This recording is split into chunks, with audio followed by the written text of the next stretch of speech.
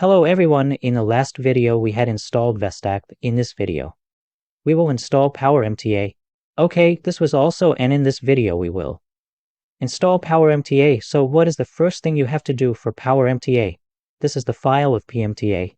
You have to upload it in your root folder. The file of PMTA is .rpm file. I do this, upload it in the root folder. Okay, you click on the root folder, etc. It will open. Okay, the remote file will be shown here and the local file will be shown to you on the side. Your VPS files will be shown on the side. And on the side, whatever VPS files will be shown to you. So this is a software named Bitvice SSH client. So in this feature, you can access the file along with it. This is not the case in PuTTY. Okay, so what do I do after that? Which is this .rpm file. Select it here and drag and drop it here. Here I upload it in the root folder. Okay. I let it upload. There will be RPM file.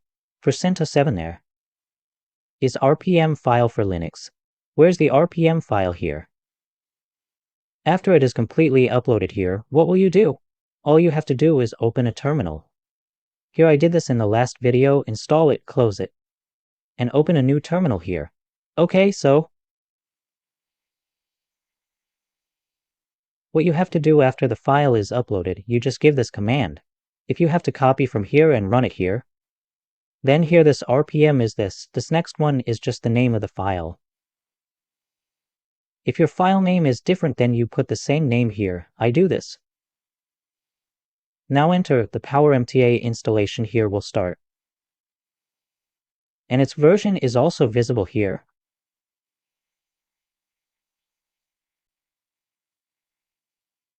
R9 OK, so look here after installation.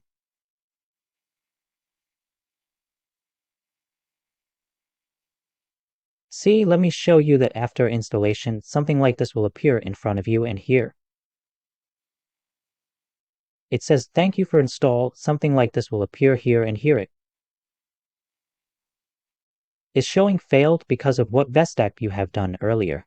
Neither the port of PowerMTA, now the Vestac is being used right now. So if we fix it, then if we restart the PowerMTA, then it will not fail here. Okay.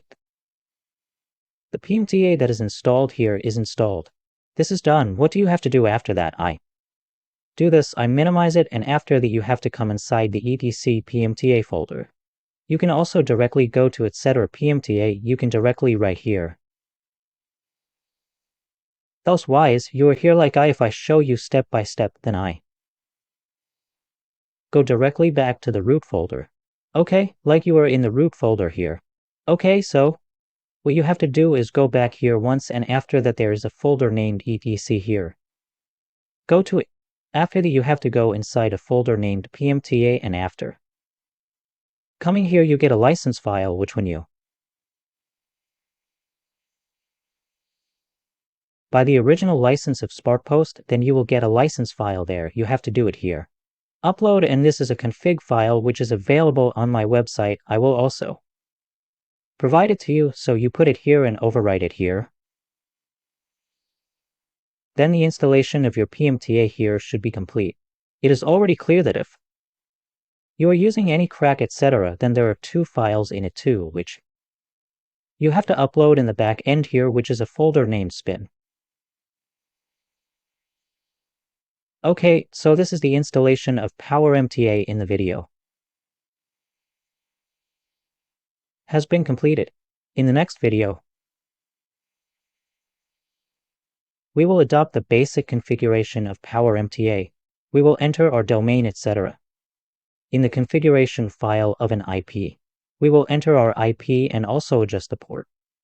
If you want to know which port the PowerMTA will use, then your PowerMTA installation has been completed.